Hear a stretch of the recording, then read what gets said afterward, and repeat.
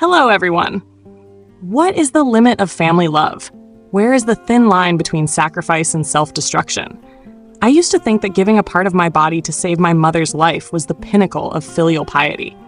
I thought that sacrifice would be a sacred bond, tying us together forever. But I was wrong. I was bitterly wrong. This story doesn't begin in an operating room, but on a gloomy Sunday afternoon in suburban Chicago, in the familiar living room where I grew up. The air was so thick that even the ticking of the clock on the wall felt heavy. My fiancé, Mark, and I sat on the sofa. Across from us were my parents. My father, Gary, stared at his own hands, and my mother, Sharon, looked at me with an expression I had never seen before, a look of anger, of betrayal. I had just announced the happiest news of my life. Mark and I were engaged. Instead of a smile, my mother's voice was like ice. So that's it? After everything this family has done for you, now you're going to run off with some man and abandon your mother?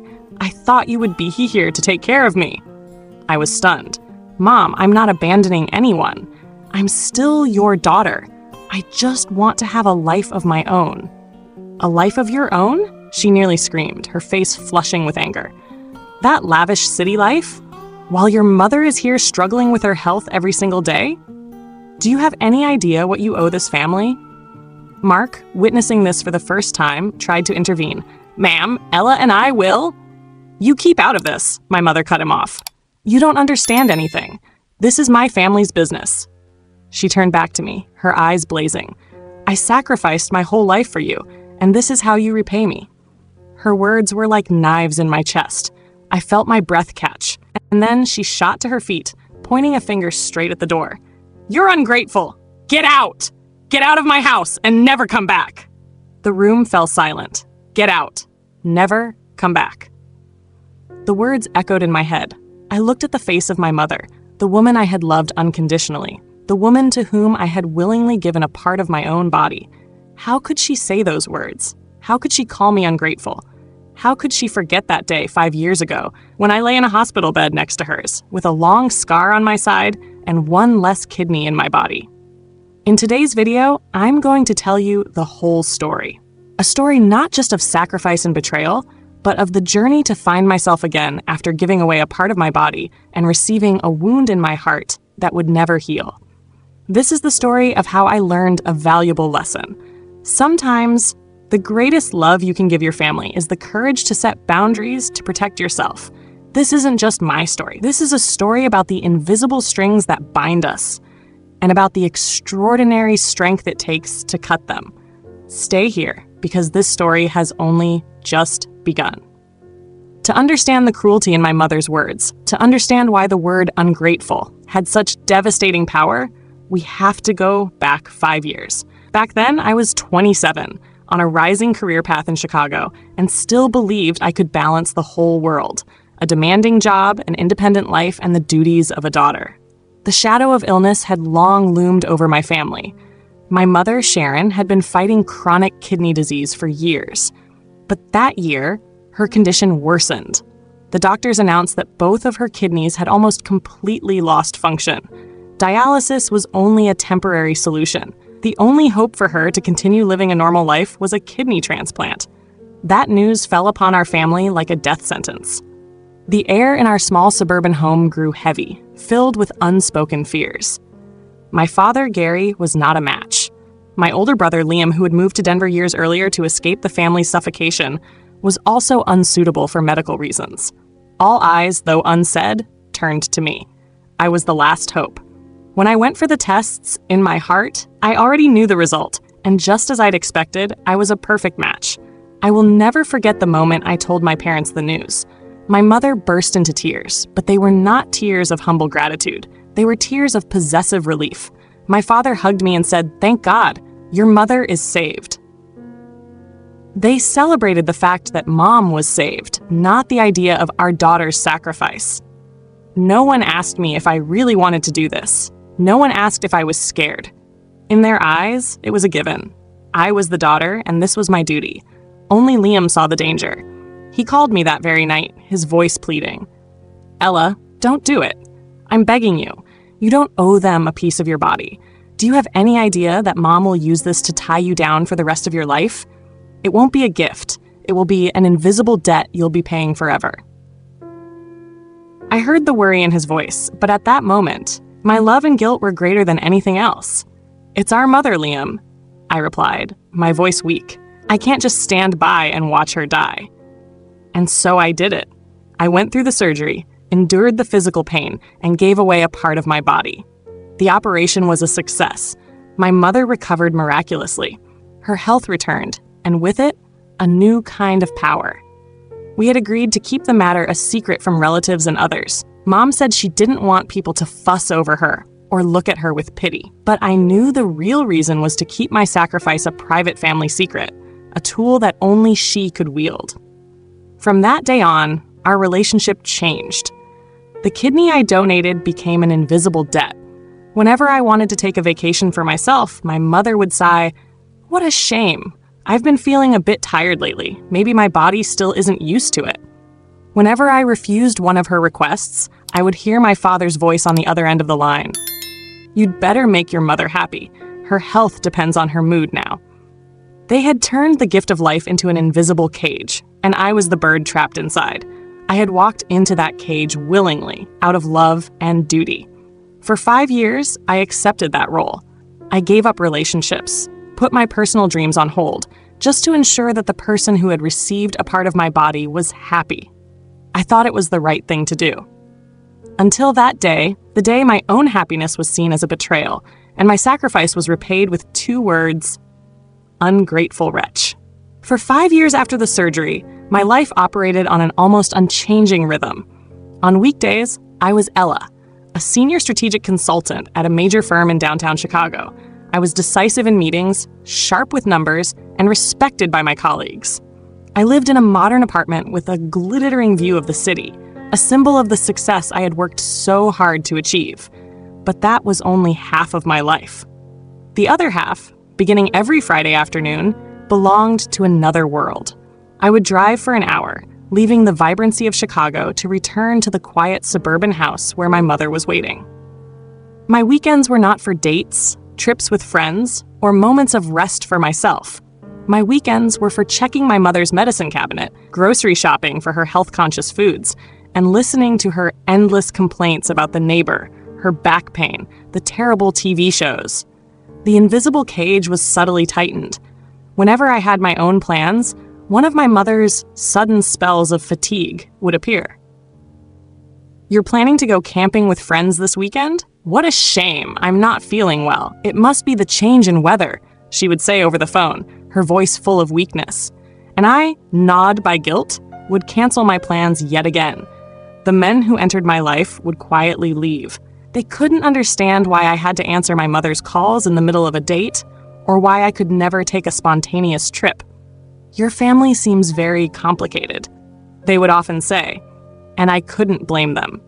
How could I explain that I was saddled with an invisible debt, one that could never be repaid with money? My career, the only thing I could control, was also downplayed by my mother. Work is important, of course, but my health is more important, isn't it, dear? She would often say whenever I had to work late. My father, in his role as a silent accomplice, would call me afterward and say, "Your mother is very worried about you. You should call her to make her happy." My sacrifice was not seen as a gift. It was seen as a given. And gradually, I began to believe it myself. I began to believe that my own happiness was a selfish luxury, that my value lay in my usefulness to my mother. The flame of passion inside me slowly died down, replaced by a constant feeling of fatigue and emptiness.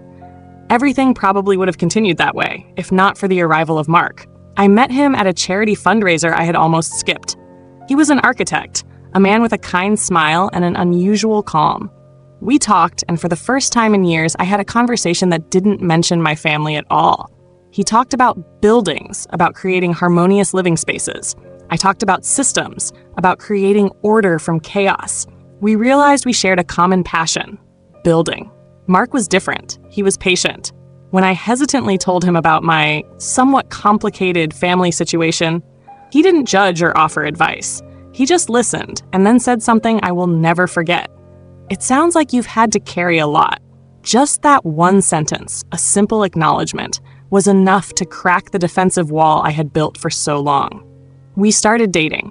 He took me to art exhibits, to neighborhoods with beautiful architecture, to small, quiet jazz clubs. He slowly reintroduced me to a world I had forgotten existed, a world where I could be Ella, not Sharon's daughter or the caretaker.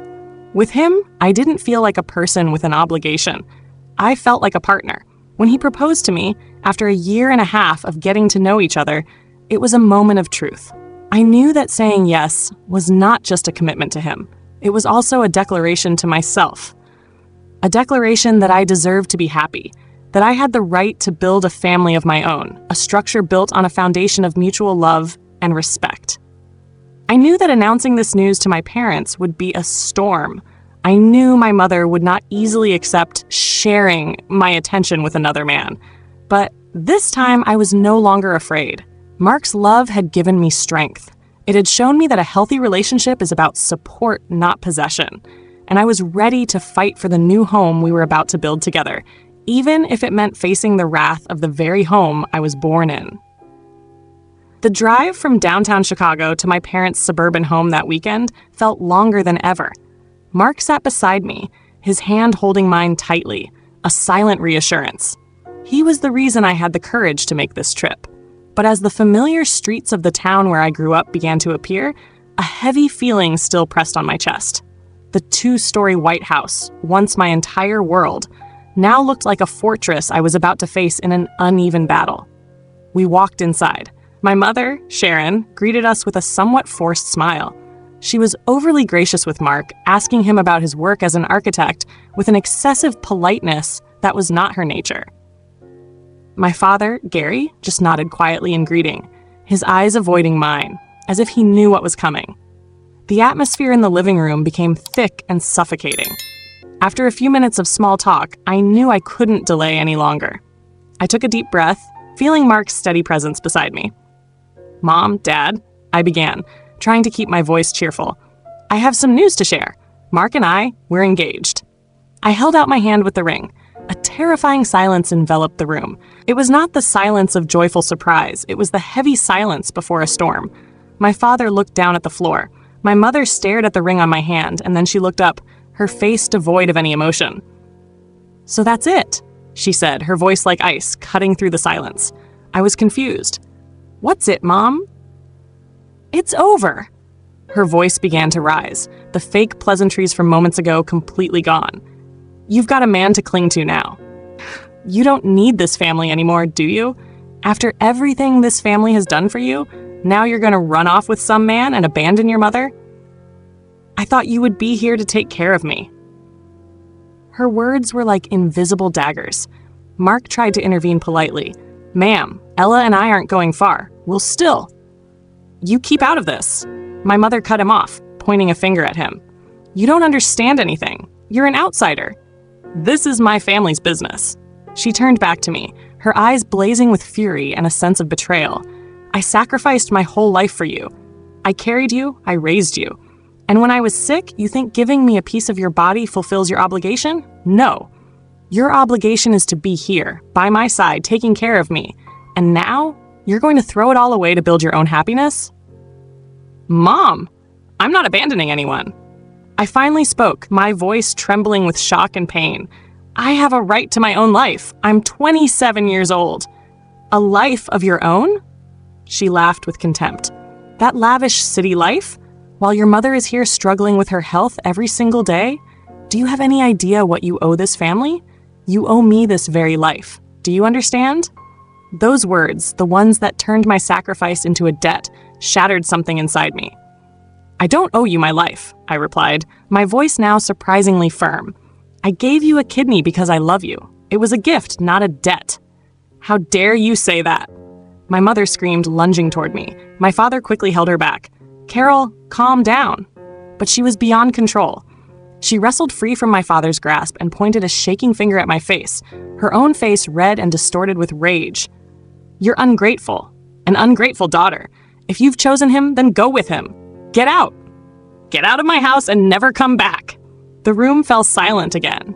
This time, the silence was even heavier. The words "get out" still echoed in the space. I stood there, stunned. Mark put his hand on my shoulder, but I could barely feel it. My entire world, the entire concept of love, family, and duty that I had believed in for so many years, had been completely shattered in an instant by the very woman whose life I had saved with a piece of my own body. Time seemed to freeze in that suffocating living room. My mother's screams still hung in the air, venomous and sharp. I stood motionless, feeling as if the floor had collapsed beneath my feet. My entire life, all the sacrifices, the efforts, the long nights worrying about her health, all of it erased by 2 words: ungrateful wretch. It was Mark's warm hand gently squeezing my arm that pulled me back to reality. He didn't say a word, but his eyes said everything. Indignation on my behalf, sorrow for my pain, and a silent promise that he would not leave me alone. My father, Gary, remained frozen in his chair, his face pale, helpless, and pathetic. He could not or dared not say a word to defend his daughter. Mark gently led me to the door. Every step through the familiar living room felt alien. The family photo on the mantel, the armchair my father always sat in, the faint smell of my mother's baking from the kitchen. All the things that once defined the concept of home, for me now stood as exhibits in a lie. I didn't look back. When Mark closed the front door behind us, its dry click was more than just the sound of a door.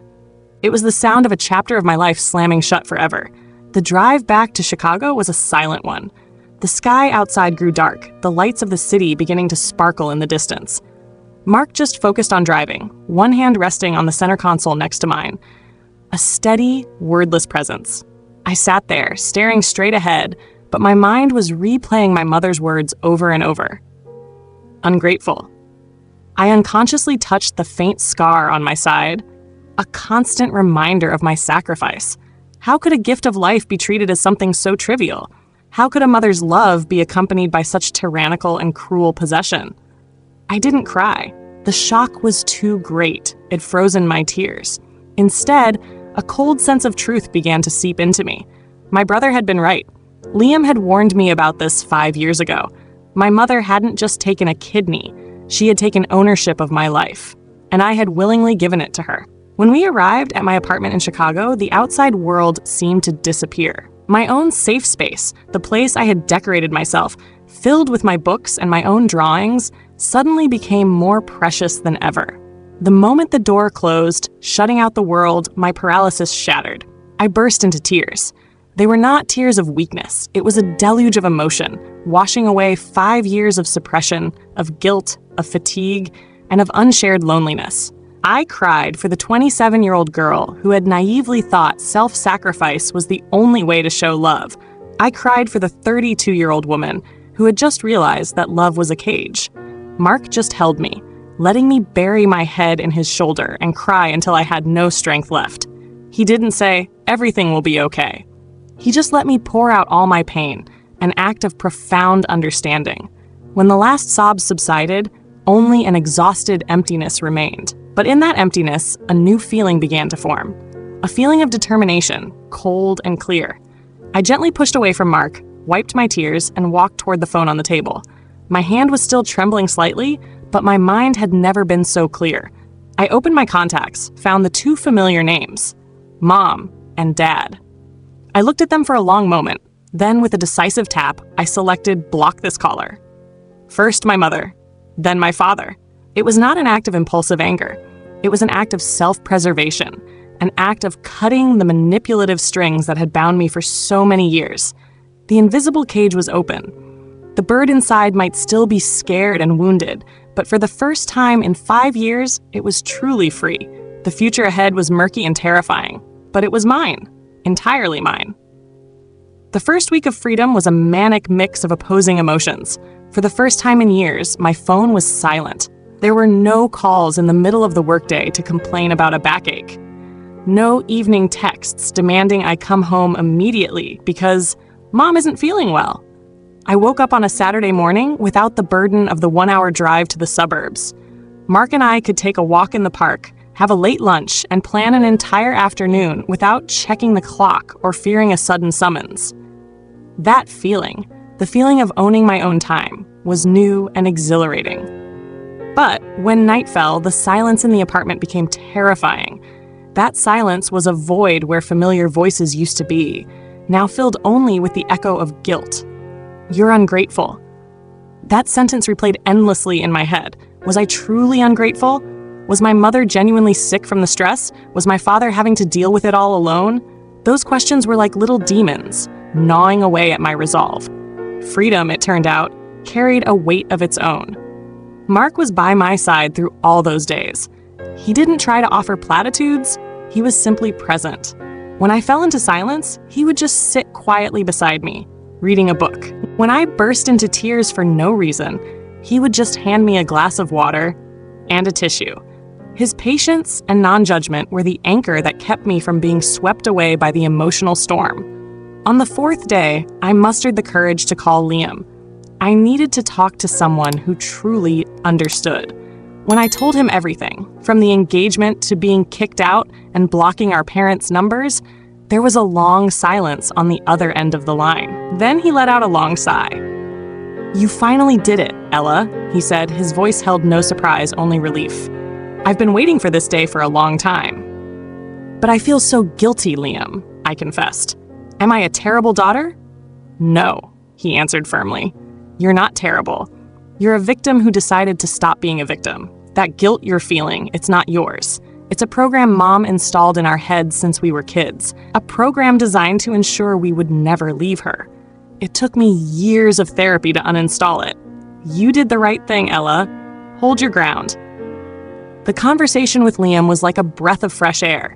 His validation, from the only other person on earth who grew up in the same toxic system, reinforced my crumbling defensive walls. But the battle had only just begun. Over the weekend, as I was trying to enjoy a peaceful morning, an email appeared in my inbox. The subject, regarding Mom's health. The sender was my father. My heart clenched. They couldn't call me, so they had resorted to email. The content of the email held no direct blame. It was worse than that. It was written in a tone full of worry and sorrow. "Dearest Ella," the email began.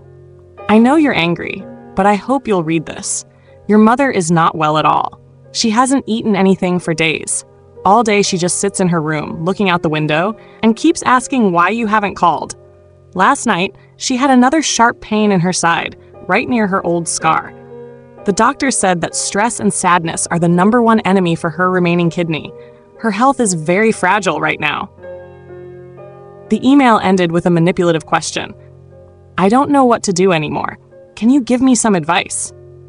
I read the email over and over. Every single word was calculated to hit my weakest point, my sense of responsibility and my fear for my mother's health, a health I had a hand in maintaining. They didn't ask for money. They didn't demand I come home. They simply placed the burden of my mother's health back on my shoulders. It was a perfect move of emotional manipulation. The familiar anxiety washed over me. My hand trembled, reaching for my father's number in my contacts. Just one call, just to check if she was really okay. But then, Liam's voice echoed in my head. "It's a program that was installed." And then, I remembered Mark's calm. I looked around my apartment, my safe space. No. I took a deep breath and put the phone down. This time, I would not run on that program. The real war for freedom, I realized, was not a war against my parents. It was a war against the programmed guilt inside of me. And this time, I was determined to be the one who wins. I held my ground. I didn't reply to my father's email, nor did I call back. Every day that passed in that silence was an internal struggle, but also an affirmation of the boundary I had set. I threw myself into my work, spent time with Mark, and even started my first therapy sessions. I was learning to recognize the patterns of emotional manipulation, learning to separate my responsibilities from the emotions of others. I was slowly rebuilding myself, brick by brick. 2 weeks after my father's email, on a Thursday evening as I had just gotten home from a long day at work, the call from the front desk came.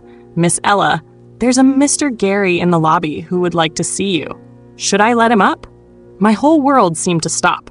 My father, here, in Chicago. In the 7 years I had lived and worked in this city, he had never once visited me on his own. This unexpected appearance could only mean the situation had become extremely serious. Part of me wanted to run, to tell the concierge I wasn't home. But another part, the stronger part that was gradually forming, knew it was time to face this. Thank you. I'll be right down. Please don't send him up, I said, a small but meaningful decision. My apartment was my safe space. I would not let the chaos of the past cross its threshold. I met my father in a quiet corner of the waiting lobby. He looked small and lost amidst the modern, luxurious space of the building. He wore an old coat, his shoulders were slightly slumped, and his eyes were full of anxiety. He didn't look like a father visiting his daughter, but like a man who had traveled a long way to beg for a favor. "Ella, thank God you're here," he said, his voice full of relief. I was so worried. Your mother. Dad, I cut him off, my voice calmer and firmer than I expected. Let's get straight to the point. You're not here because you're worried about me. You're here because Mom is putting pressure on you, and you don't know what to do, right? My directness seemed to surprise him. He could no longer lead with the guilt-laden preamble from his email. He sank into an armchair, his shoulders slumping in defeat. Yes, he admitted, his voice a mumble. Your mother, she's not doing well at all. She thinks you've abandoned her. I haven't abandoned anyone, I replied. I'm just living my own life. It was Mom who told me to get out and never come back. I'm just following her instructions. You know she didn't mean that. She was just angry. No, Dad? This time I didn't let him cover for her. You and I both know that's exactly what she meant. She wants me to feel guilty, so I'll come back. And you're here to help her do it. He couldn't look me in the eye. He was silent for a long moment, then did something I never expected. He reached into his old briefcase and took out a small box, a child's shoebox, yellowed with age. He placed it on the table between us. I've kept this for 5 years, he said, his voice trembling. I cautiously opened the box. Inside were 2 plastic hospital bracelets, one with my name, one with my mother's from the day of our surgery, and underneath them was a faded "Get Well Soon" card in his shaky handwriting, a card I had never received. I was wrong, Ella, he said, and this time when he looked up, I saw tears in his eyes. I was wrong to let you do that. I saw how much pain you were in after the surgery. I saw your mother, instead of being grateful, turn your sacrifice into a tool to bind you. And I did nothing. His voice broke. I was too much of a coward, Ella. I was afraid to confront your mother. I was afraid of upsetting her, and my cowardice made you pay the price. Every day for the past 5 years, I have been tormented by this guilt. This card, I wasn't brave enough to give it to you then. I'm sorry, my daughter. I'm truly sorry. That belated confession, the sincere apology I had craved for so many years from my father, had finally come. It didn't erase the scars, didn't bring back the lost years, but it did something important. It broke down the wall of resentment inside me. Before me was no longer the passive father, the silent accomplice. Before me was just an older man, suffering from his own mistakes. And for the first time, I didn't just feel anger. I also felt compassion. My father's confession in the lobby that night was a small earthquake, shaking the very foundation of the resentment I had built for so long. For the first time, I saw him not as an accomplice, but as someone also trapped in that toxic system, a person bound by fear and habit. The compassion I felt for him, however small, was a sign that my heart had not completely turned to stone. What do I do, Ella? He asked, his voice full of helplessness. Your mother. She's really not well. Her anger is destroying her. The doctor said if she continues to be this stressed, her remaining kidney will be in danger. His words were no longer a manipulation, but a real cry for help. I looked at my aging father, and I knew that this battle could not end in silence. I'll come back, I said, surprising myself with my own decisiveness. I will have one final conversation, but on one condition. I will speak my full truth. I will set my boundaries. Mother will have to listen, and if she starts yelling or blaming again, I will get up and leave, and this time it will be for good. My father nodded firmly. I understand. I'll make sure she listens. That meeting didn't happen in the familiar living room. It happened in a stark, white hospital room a few days later. Just as the doctor had warned, the extreme stress had caused a minor complication, requiring my mother to be hospitalized for observation. When my father and I walked in, I saw her lying in the hospital bed, looking small and frail. Gone was the usual arrogance and indignation. There was only exhaustion and fear in her eyes. Stripped of the familiar space where she was the queen, She was now just a patient, confronting the fragility of her own body. I sat down in the chair beside her bed. I didn't start with reproaches. I simply told my story. I told her how I felt 5 years ago, about the fear of going into surgery. I told her about the loneliness of carrying that burden alone. I told her about the years I had given up my own opportunities to be by her side. And I told her about the pain of having the greatest sacrifice of my life be called ungrateful. I didn't cry. My voice was even, calm. I was simply presenting my truth, a truth that had been buried for too long. My father sat in the corner of the room, silent, but his presence was a clear sign of support. When I finished, my mother was crying.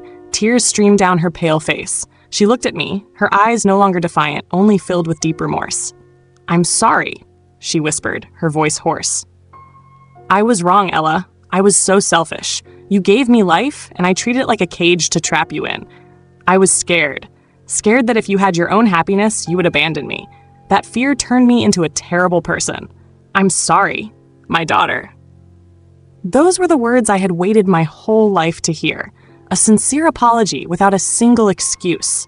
In that moment, the burden I had carried on my shoulders for so many years seemed to vanish.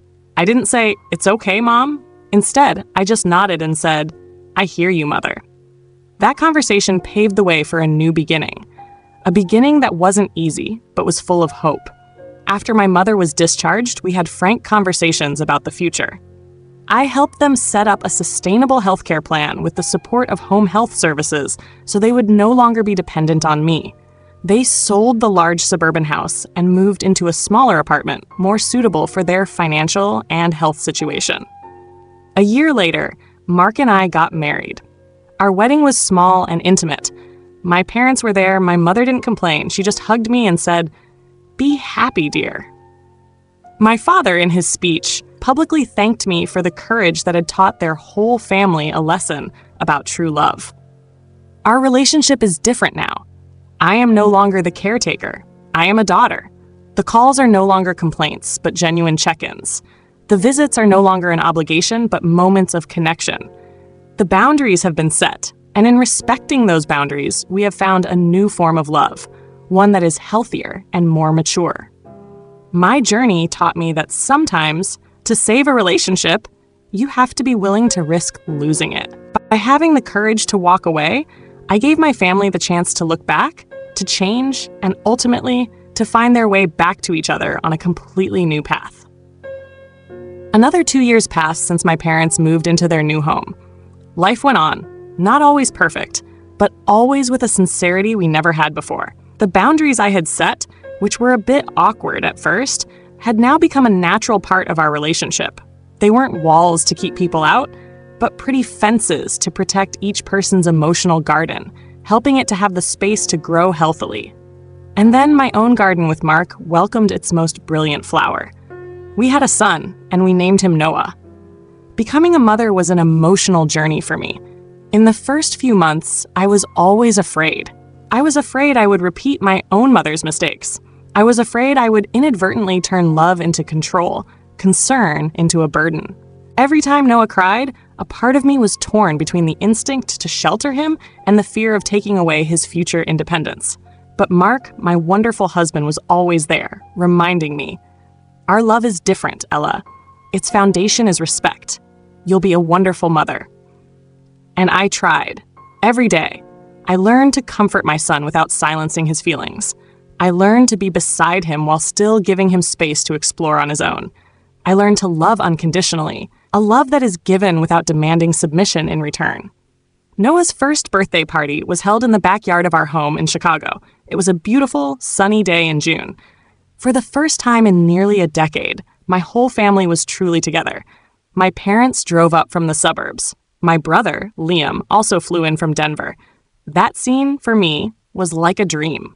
My father, the once passive and avoidant man, was now happily playing with his grandson, his laughter ringing out. Liam, the brother who once had to flee the family, was now comfortably chatting with our father about a baseball game. They had found each other again. But the thing that moved me the most was my mother. The Sharon of today was very different from the past.